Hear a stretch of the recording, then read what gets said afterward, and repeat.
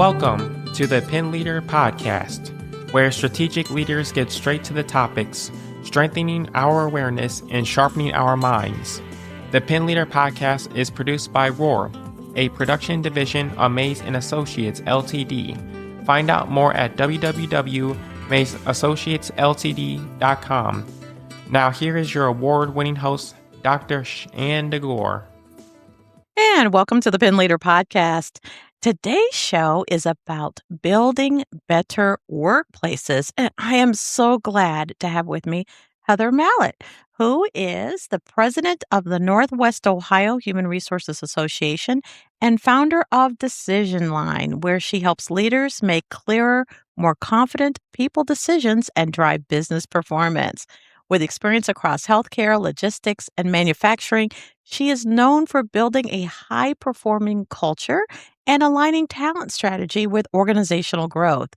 Heather brings a forward-looking perspective on the intersection of AI and HR, helping organizations cut through the hype and applying AI in practical, ethical, results-driven ways. Her insights focus on leveraging technology to enhance, not replace, human judgment in hiring, workplace planning, and employee experience, and she serves and is passionate about advancing HR profession and developing future leaders. She's earned her BBA in Human Resources from the University of Toledo and lives in Ohio with her husband and their children, and she enjoys speaking on leadership, AI, and workforce transformation. And I can say from firsthand, because I've been a guest speaker at NORA, and I have so just enjoyed interacting with her. So without further ado, hello, Heather. Hello, and so excited to be here. Excellent. It is quite a topic area, I don't know, to talk about AI and HR and really that human experience with it, because I know you've done a great job of really having that engagement that's been going on. But can you talk specifically first about Northwest Ohio and the HR professionals and what unique value does the Regional HR Association really bring compared even to the national organization? Absolutely. NORA is such an exciting organization. For those who aren't familiar, it's Northwest Ohio Human Resource Association. And we have leaders that are at the beginning phases of their career all the way through VP CHRO level. And we provide that boots on the ground experience. We're giving you what's really going on in the area, what real practitioners are doing, not the view from 30,000 feet above that you might get from somewhere else. We're talking about things that are actually affecting the job market here locally in Northwest Ohio and even in the region versus the national perspective that you might read about in the magazines or read in the newsletters that you might be provided with. We add real value every day through our network, through our programming, and through the relationships we have with each other. Yeah, I've always found it a great place to go. And I know we have listeners all over the country and all over the world, seeking out a human resources group, an organization like this is so helpful, especially for my leaders out there that may not have an HR professional within their organization or maybe there's only one of them and they need to seek out help from others. I mean, you have a lot of colleagues and camaraderie there, right? Absolutely. The relationships I've built are so strong. I've been in the area for over 20 years, and there are people that I call and I bounce ideas off of, or even people that understand the market. So if I'm having an issue with something, they can give me an idea, a tip or trick that works. And that's invaluable in this day and time. It's not something that AI can really provide because we know this is a people-centered focus, and that's really what this is about, that connection with the person, and that's really what we provide. Yeah, it's interesting. We're not trying to replace the human element here, and I think that's where AI, it gets into that conversation, and people assume that that's what we're trying to do, or individuals who are working in HR are trying to do, and that's not what you're encouraging, correct? Correct. It's a thought partner. It's something to help as another tool in your toolbox. It's a place to go to use as maybe you need someone to be devil's advocate, a ruthless mentor, a thought partner, you need a counter argument. You need to understand what's going on. It helps with those tough conversations and decisions that need to be made. Let's go into that strategic planning because you're kind of leaning into that a little bit by even having a thought partner. For our listeners who may not be familiar with the term, can you explain what strategic human resource management means and how it differs from traditional HR management? Because I know that strategic piece goes right in there and that planning piece. Yeah. Strategic HR is really more of the HR at the table, right? There's some tough decisions that are being made. Maybe we're looking at what talent might be 18 months from now. Maybe there's a capital investment we're making or some process or procedure that's being changed. That's really being the architect of those types of decisions, where traditional or transactional kind of HR is really you get the memo after the decision's been made and you're just hiring people. And that's not the kind of HR that we're in. Really, we're in a place now where HR professionals should be and expected to be architectural because really that's the way of the future. Mm-hmm. So they're part of the team and making those decisions not as an afterthought, even with income, not as an afterthought, but whatever the economic turn is that's going on, it's impacting the company or the organization. You're saying, again, this is part of that forward thinking 18 months from now. What does this look like, right? Exactly. And that's really what HR is right now. It isn't just process the paperwork, plan the company picnic, send a gift card to somebody, fill the job. Wait a minute. It sounds like you're talking about from experience about planning the company picnic. Yeah, and the potlucks. Yes. That's an HR. That's our HR Right, the function. fun captains. Yeah.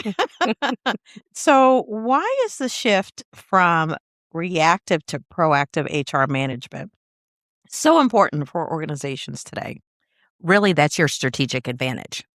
Right now, with the job market being so tight in people, that we have to be strategic in all the things that we're doing. And this is just one other aspect in that. And to make sure that we're doing all the things that make us more successful. What kind of suggestions would you make for that? So there's a bunch of different things you can do. And you got to look at it from a couple different places because I don't want to say it depends, but it really does. Where is your company at? Are you in a growth mode? Are you in a building, reforming type of mode? In those types of situations, I would say we're looking at what does the group really need and doing that, working that process. Okay, so I'm thinking about employee wellness because that's another part of an HR department and talent development and discussions that go on when people are thinking about, especially with large organizations. Employee wellness and experience have really become a top priority. Sometimes it's even a draw as a recruitment tool. Why is the shift happening and what does it look like in practice? Well, I think post-pandemic, everything kind of changed. And when people were sent home to work, that made people think about what's really important to me, and wellness ties into that. So before, I think pre-pandemic, unfortunately, a lot of it was, here's a Fitbit, here's a how much water are you drinking, and track it, right? Yes, I remember. And now we've gone to, what does mental health really look like? What does a complete person look like? I know in my previous position, that was one of the things that we really looked at when we revamped our wellness program, the total person. So financially, what does that look like? What does a person need? Mentally, the EAP, is our visits where it needs to be? Do we have the right type of components? Do we have the physical aspect? Is that in line? Are we just allowing previously, like for the wellness program, you got a stipend for the membership and you had to go to the gym and turn in so many check-ins. But is that really feasible now? What if someone has an app that they want to use? Can we do things like that? Where did the wellness medicine come into this, right? Because that's the GPLs. Where does that fit in? And how do we balance that with all of the wellness part? Because that's a component too, along with nutrition and some of the other pieces. And how do we get a total person package that helps all the generations that are there? And I think it really comes down to a cafeteria type program where we look at what's important to one person might not be important to another. Maybe it's in other places we've done, here's the amount we have, and you can pick and choose what makes sense for your total wellness, but mine might be different than yours, and that's okay. That's probably the first time I've heard it like it just really stated that way, that if we can offer this whole like a smorgasbord Mhm. of opportunity of you pick it, you bring, and even having the employee have the opportunity to bring something to the table maybe that the HR department has never heard of before, but it's new, it's trending, it's something maybe they picked up from a conference. And this is where spreading out and having that opportunity to be flexible is so critically important. It really is, and I think that is another differentiator, right? When we're talking about talent in a tight job market and what's our competitive advantage, these are the things that people are looking at, and rightfully so. I think, that's part of the total package and part of what sets a culture, and I think that's really where things are going, and it's really important. The world of work has really transformed, and I hopefully you'll agree with me on this. It's been a dramatic change, especially in recent years, and I think you mentioned with COVID made it some changes there. What do you see as the biggest shifts that are going to happen ahead, and then maybe in the next 5 to 10 years in HR? I think in HR, we're going to see a lot of change, like with the generations in management and new regime of leaders and new thought processes and new ideas. And there's going to be a new, I think almost a renaissance period with creativity that AI, again, is going to allow for. And HR is going to become more of a thought partner and more of a strategic partner. As we talked about earlier, previously we were transactional, and we're really seeing a new renaissance and a new thought process that we're moving into, and it's so exciting. I was wondering about that too. I know I talk about it in the PinLeader path, and we talk about it as it could be a potential leader of a group. There are individuals right now say, no, AI is not a leader. But if you're giving so much control over a process to it, and you're asking it to provide an answer back to guide you in what you're doing, I think that's leadership. I think that's leadership. And although people would say, well, that's not the human element. Well, there's you building a relationship with whatever agent, AI bot that you're using. The more they learn about your company or organization, the better information it will provide back. That's correct. It's contextual in that the more you work with the model, the more you understand it, the more information you're provided. And I think it even goes a step further. Like when you look at AI, there's the first layer people talk about where, most people think of, I put in a prompt, I get an answer, and it's generic. Well, you have to work with it and provide some additional detail in order for it. One thought would be as my ruthless mentor, how would you handle A, B, or C? Or I need an alternative opinion, or what would someone say if I put ABC argument, or I'm having a difficult conversation. And not using and I want to preface this with, we're going to use generic titles. We're not actually going to put real people's name in. I think that goes without saying, but I feel like as an HR professional, I would be remiss not to say that.